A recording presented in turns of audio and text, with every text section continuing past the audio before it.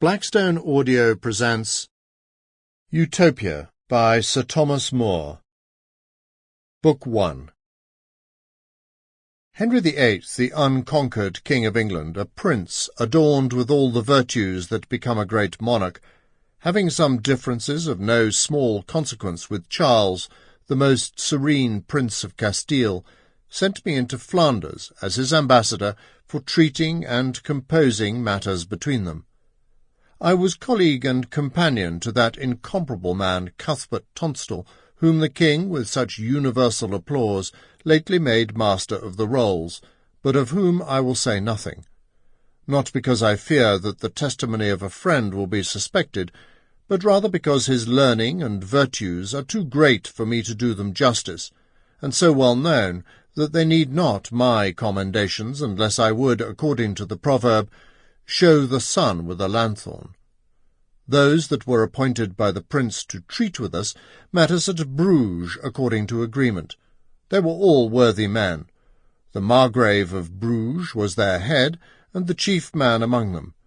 But he that was esteemed the wisest, and that spoke for the rest, was George Temps, the provost of Castlesea. Both art and nature had concurred to make him eloquent. He was very learned in the law, and as he had a great capacity, so by a long practice in affairs he was very dexterous at unravelling them. After we had several times met without coming to an agreement, they went to Brussels for some days to know the prince's pleasure, and since our business would admit it, I went to Antwerp. While I was there, among many that visited me, there was one that was more acceptable to me than any other, Peter Giles, born at Antwerp, who is a man of great honour, and of a good rank in his town, though less than he deserves. For I do not know if there be anywhere to be found a more learned and a better bred young man.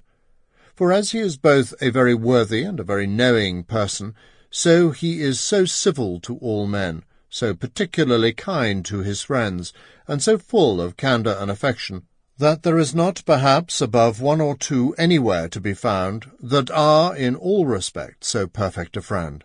He is extraordinarily modest, there is no artifice in him, and yet no man has more of a prudent simplicity. His conversation was so pleasant and so innocently cheerful that his company in a great measure lessened any longings to go back to my country and to my wife and children, which an absence of 4 months had quickened very much.